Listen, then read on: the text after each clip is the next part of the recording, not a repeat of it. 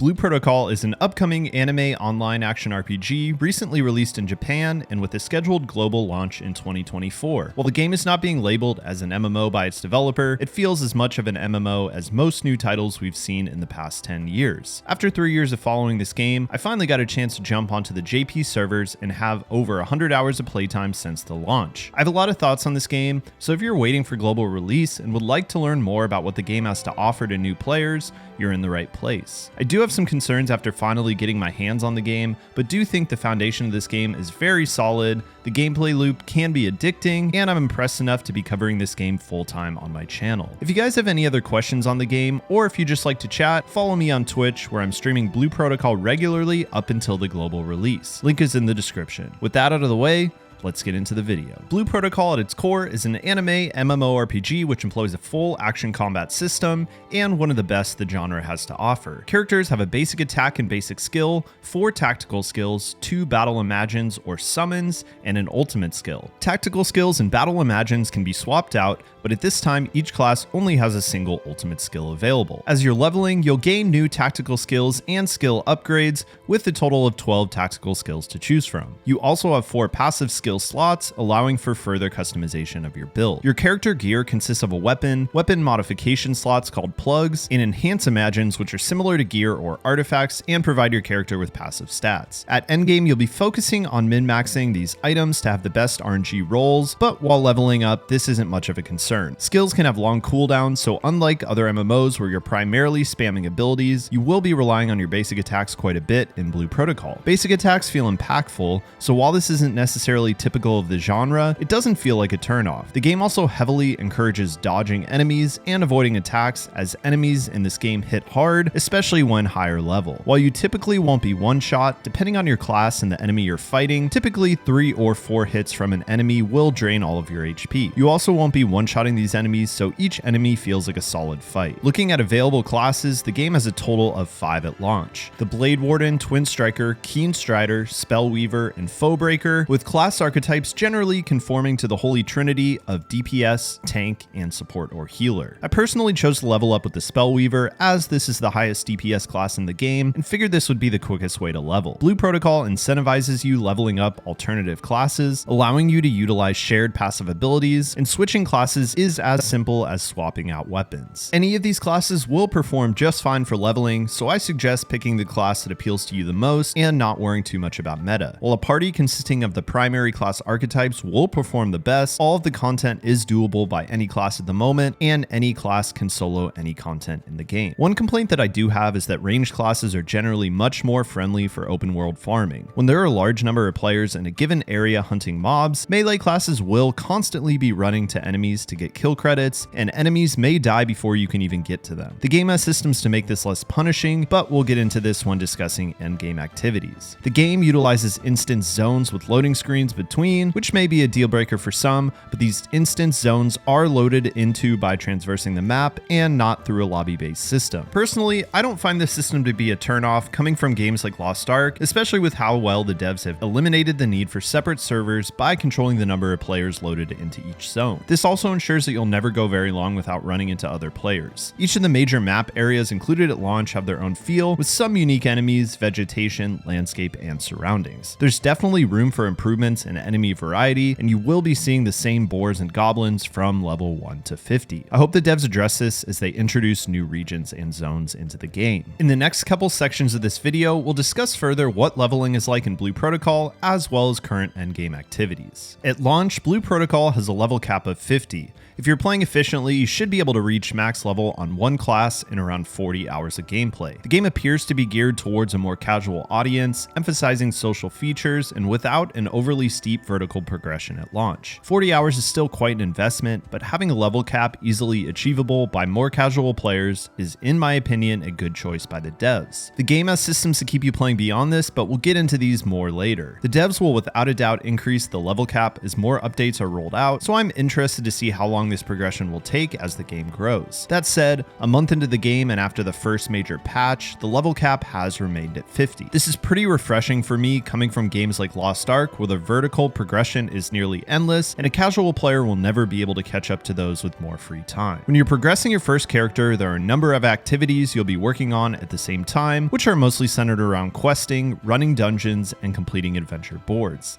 These activities will provide you with items needed to level up your class, increase your adventure rank, gear your character, and unlock various in-game systems. On top of this, you'll be able to enjoy the pretty fantastic main story of Blue Protocol along the way. Because you can play different classes on the same character, there are two main progression paths that you'll take on, with your class level being one and your adventure rank being the other. Class level has to be grinded over on any subclasses you create, but adventure rank only needs to be leveled once. Story content is gated at several points by your adventure rank, so you will be forced to progress your rank as you're going through the main story for the first time. You'll often find yourself under-leveled or at a lower adventure rank while going through the main story, either being locked out of content or the content outscaling your level enough to be too challenging. At these times, it isn't necessarily clear what you should be focusing on and what is the logical next step of progression. I actually think this was smart game design by the devs. It breaks up the sometimes monotonous, linear approach many games take and gives you some freedom to explore and do content you find the most interesting. You'll gain class levels through questing, running dungeons, killing mobs, and certain adventure board objectives, and you'll gain adventure rank through completing each of the 8 adventure rank boards. Adventure boards are an important progression system for crafting enhanced imagines, weapons, and increasing adventure rank. Completing weapon and imagine boards will typically reward all of the materials for crafting a certain item, so you're incentivized to complete these boards. Completing adventure rank up boards will unlock a rank up exam, which is similar to a solo dungeon encounter, and these are very challenging or even impossible if you're under level. Adventure board tasks are for the most part things you'll naturally be doing in the game to progress, and include things like running a specific dungeon, killing a certain number of mobs in the assigned zone, gathering a number of certain type of ore in a zone, or clearing a specific game mode for the first time. You can only have a certain number of boards active at a time, so if you really want to be efficient, you'll need to prioritize the tasks you're completing in a given zone. Personally, I found this a bit overwhelming while not understanding Japanese, but with a little planning should be more than doable. If you delay a specific board, you may find yourself going to zones you've already explored to complete some of the same activities again. Completion of each individual task gives rewards like materials, potions, Luna, and experience points, and completion of the entire board will grant another item. For most boards, only certain tasks need to be done to get the rewards you need to continue pushing. Overall, I find this system pretty enjoyable and think it will appeal to the completionist gamer crowd quite a bit. If you're still under-leveled and run out of adventure board tasks or don't want to continue further with questing, you can level up pretty efficiently by killing mobs in the open world. This will actually be the main method for leveling up any alt classes you decide to build. You'll have the best experience when mobs are within a few levels of your current level, and so you'll be moving around the map to different locations with high mob density and the correct level mobs to do this most efficiently. It took me around 20 minutes of mob farming per level, and this ends up being one of the best ways to level when you're approaching endgame. On my main class, when I was trying to push 1 or 2 levels, this was not a big deal, but this is the primary way of leveling up alt classes, so doing this for the majority of 50 levels I think is poor game design, especially when you need to level up at least one alt class to make full use of your main. I personally found alt leveling to be painfully boring and hope we get alternative leveling methods in the future. Blue Protocol heavily focuses on group content, although almost every aspect of the game can be done solo. When in the open world, you'll spawn into zones that hold up to 40 players, which is where you mostly be gathering, killing mobs, and fighting elite bosses. You can roam solo, in groups with 6 friends, or use the auto party feature to automatically group with others in the area. Crafting various items in the game requires rare drops that drop from certain enemies. When you're in a group, you'll get credit for any kills by your party members, so grouping makes collecting materials and EXP much more efficient. Even without this feature, if you get a single hit in on a mob, then you'll receive credit for the kill. You'll spend a lot of time in the open world gathering various items, so these features are very important. In addition to open world farming and exploration, there are several other group gameplay modes which allow for parties of up to 6 players that you will be doing to craft higher level gear and complete adventure board objectives while leveling. These modes include dungeons, which drop crafting materials, tower, which drops one-time items like gacha tickets and cosmetics, and the rush battle, which drops materials for applying plugs to weapons and currency for purchasing cosmetics. There's also a 20-player raid which occurs at regular intervals and grants currency for purchasing cosmetic items. Overall, I found the leveling process in Blue Protocol very satisfying, at least on your main character. While most activities are a form of vertical progression, the number of paths you end up taking makes leveling feel much more horizontal and much more enjoyable in my opinion. opinion. So with leveling out of the way, what does Blue Protocol Endgame have to offer? I'm not going to lie and say that Endgame in Blue Protocol is currently fleshed out and amazing. There is an endgame, at least for the time being, but I'm sure that many players, especially more hardcore players, are going to feel that it's seriously lacking. To understand endgame activities, we first need to look at how gearing works in Blue Protocol. Gearing consists of 3 primary items: your weapon,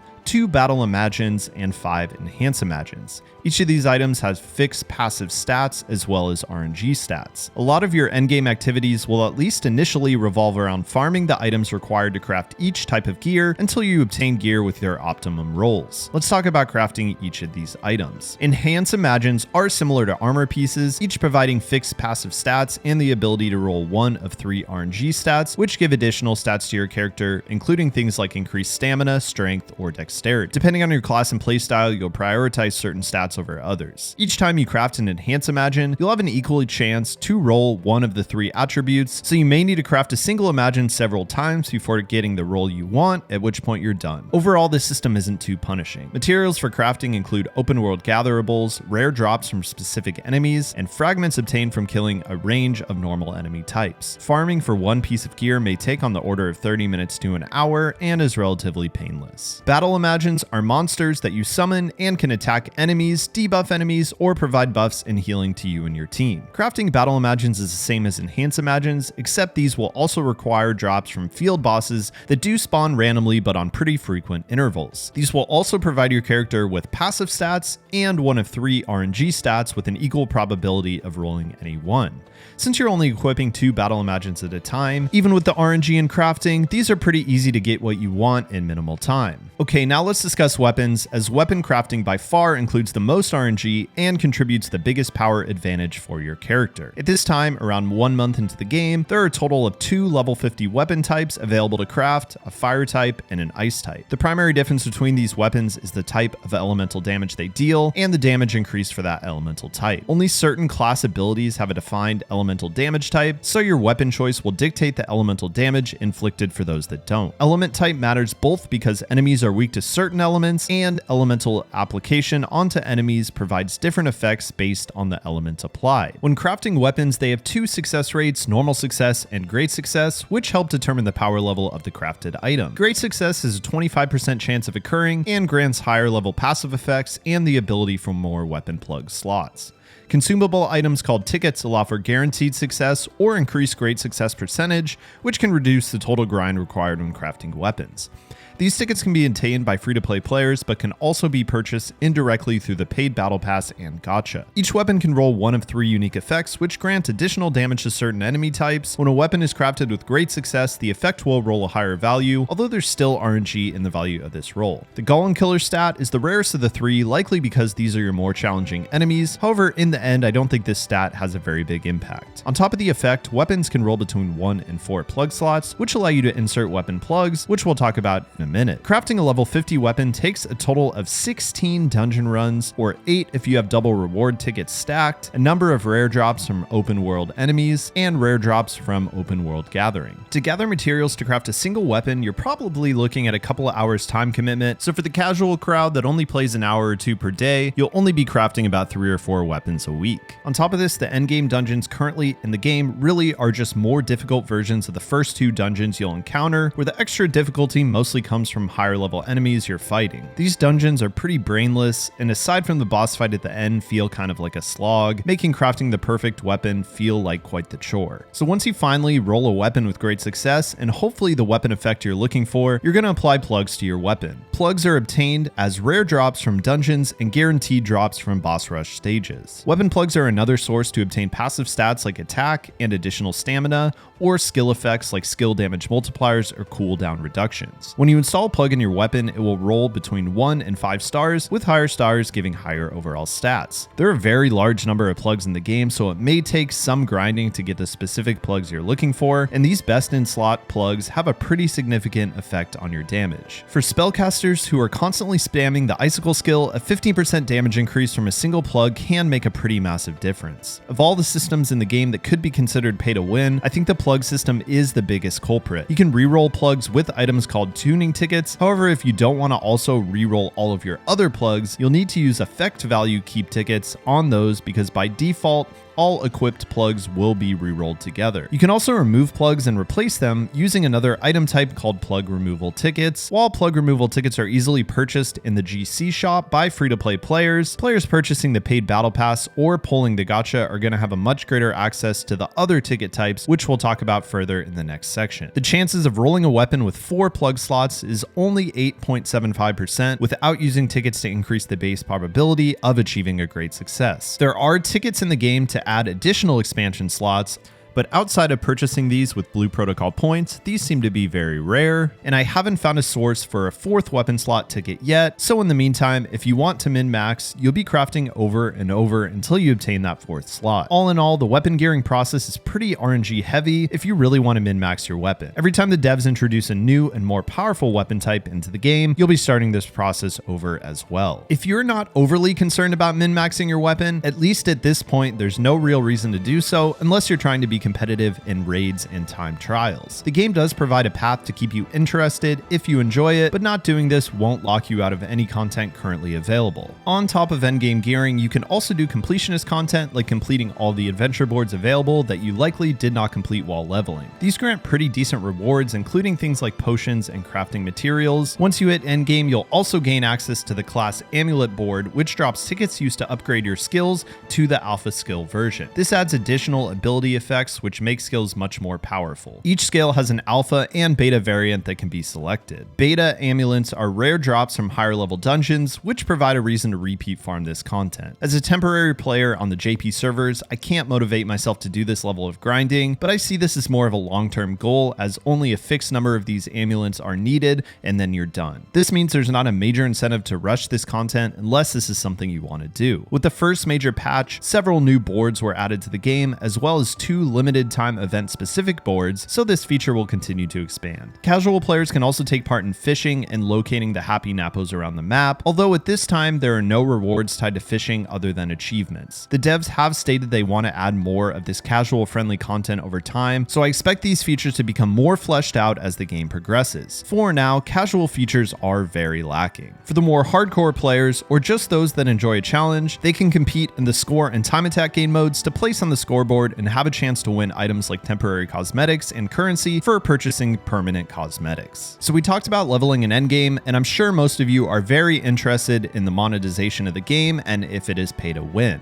I have some mixed feelings on monetization, but I will say that power that can be bought with real money is limited overall, but there are features in the game that I would consider as pay to win or pay to progress faster. This is not to say that monetization is lacking because the cash shop is pretty expansive. The primary monetization strategy of the game appears to be the gacha system, which is a cosmetic gacha for skins and mounts. These are the S rank items. There are also lower tier items that also drop that are both cosmetic and non-cosmetic in nature. Lower tier drops include weapon skins, accessories, gacha only dyes like white, black, and red, plug tuning tickets, plug effect value keep tickets, additional quest tickets, crafting success, increased tickets, and miscellaneous consumables. As part of the first major patch, Bandai increased the gacha rates and added a pity system due to JP player-based complaints. The combined rate for obtaining an S-tier cosmetic from the gacha is 3%, with the percentage being split between the number of available costumes or mounts on the banner. The game has also implemented a pity system guaranteeing a random banner S rank at 110 and 220 pulls. These are guaranteed even if you pull an S rank early. The game also has a trading feature allowing paid cosmetics to be transferred to others, as well as an exchange system where dupes or unwanted items can be exchanged for 1,000 Blue Protocol points. Costumes can be purchased from the shop using 12,000 Blue Protocol points, and the shop includes other items like accessories, weapon skin removal tickets, plug slot expansion tickets, and a limited battle imagine. So how much exactly does the gacha cost? Rose orbs are the only premium currency type in Blue Protocol, well. There's a first-time top-up bonus on select packs, but disregarding these, a single gacha roll will cost you about $2.50 on the JP version, so to hit pity, you're looking at about $275, which is very steep. You'll be able to obtain free rose orbs, which are the premium game currency, and gacha tickets through free-to-play means, but these do seem pretty limited overall. Hitting pity as a free-to-play is going to take an extremely long time, which I would guess is on the order of a year or more. That said, I've already pulled 2 S-rank cosmetics as a free-to-play, so this isn't to say you won't get lucky, as the rates overall are pretty decent. As far as other cash shop items go, we've got things like cosmetic accessories, pretty plain skins, amount, gestures, emotes, potions, and name change and appearance change tickets. You won't be able to buy power directly aside from rewards ×2 tickets that will reduce the amount of time spent running dungeons once your daily 3 free tickets are up.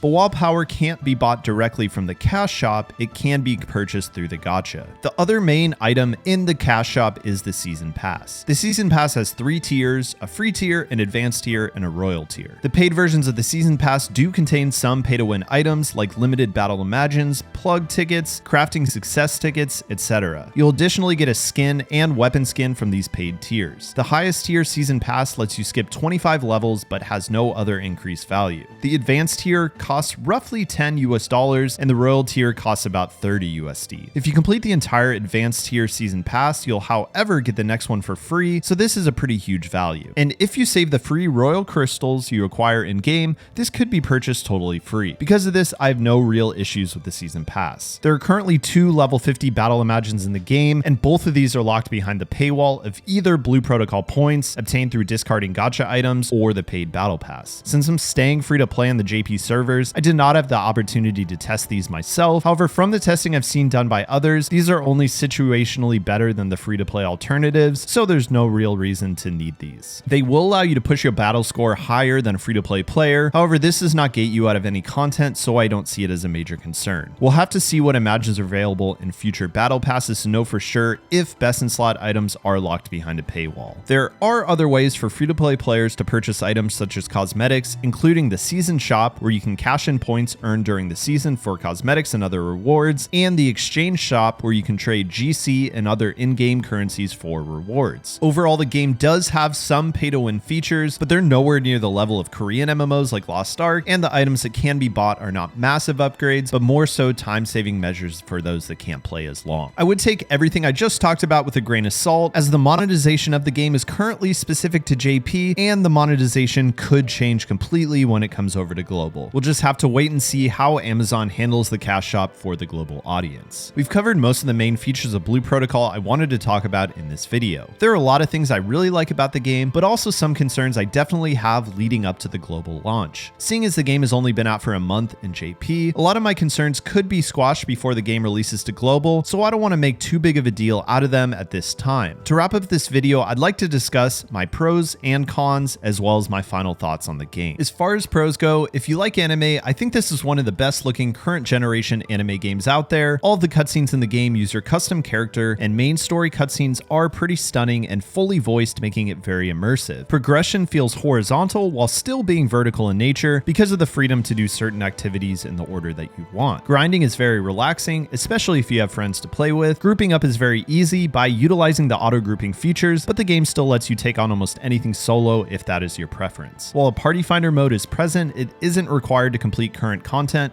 so gatekeeping isn't a thing at this time. Combat is fluid, and while it is simple, it is both satisfying and engaging because you do need to be intentional to avoid dying. The game is pretty free-to-play friendly outside of fashion. Free-to-play players will need to grind more to min-max, but won't need to grind more to access content that whales can access. There is the ability to do competitive content with a group if that is your thing, with leaderboards providing temporary rewards allowing you to show off in-game. And finally, the game has a dev team who honestly cares and listens to feedback. They already increased the gacha rates nearly threefold and added a pity system just 1 month into the game. We also have a clear roadmap with monthly updates and monthly developer live streams. The major cons that I see at this time include a lack of content at endgame, with a lot of endgame activities requiring you to rerun the same dungeons on repeat, a crafting system that can be punishing if you care about min-maxing, a lack of dungeon variety. Unfortunately, the number of unique maps are limited to 6 at this time, and I hope this expands quite a bit moving forward. No real social systems like guild guild activities, mini games, player housing, etc. Raids are pretty epic fights, but the potential feels a bit wasted as succeeding at the fight is pretty guaranteed. There's a lack of cosmetics at launch and a lack of good earnable cosmetics. During the first couple of weeks of launch, 90% of the player base was wearing the same outfit. This was disappointing as the devs have put a lot of fashion customization into the game. The game still has a good amount of bugs, and there is some cheating still happening. It hasn't taken away from my experience personally, and I expect these to be fixed way ahead of release, but it can be a bit concerning. Finally, the class balance feels a bit off overall. Range classes have a serious advantage in open world farming, which if you're playing melee, essentially forces you to group up with others to not miss out on loot. While I definitely have some negative first impressions of the game, the foundation of the game is good, and I have a ton of faith that the game will only improve from here. The developers are holding monthly live streams, and every single piece of feedback that they mentioned during prior live streams has been implemented into the game and has been an improvement to the game overall. While some things may take some time to develop and implement, following the network test, the team quickly improved drop rates of rare items, class balance, and several other quality of life features. Confidence in the developer team goes a long way in my opinion. I do think the game needs some more time to age to become a fully fleshed out MMO, but I want to be along for the ride. If you guys made it to the end of the video, thank you so much for watching. If you found the video helpful and informative, consider leaving a like and subscribing to the channel. I'll be covering Blue Protocol nearly exclusively on this channel in the future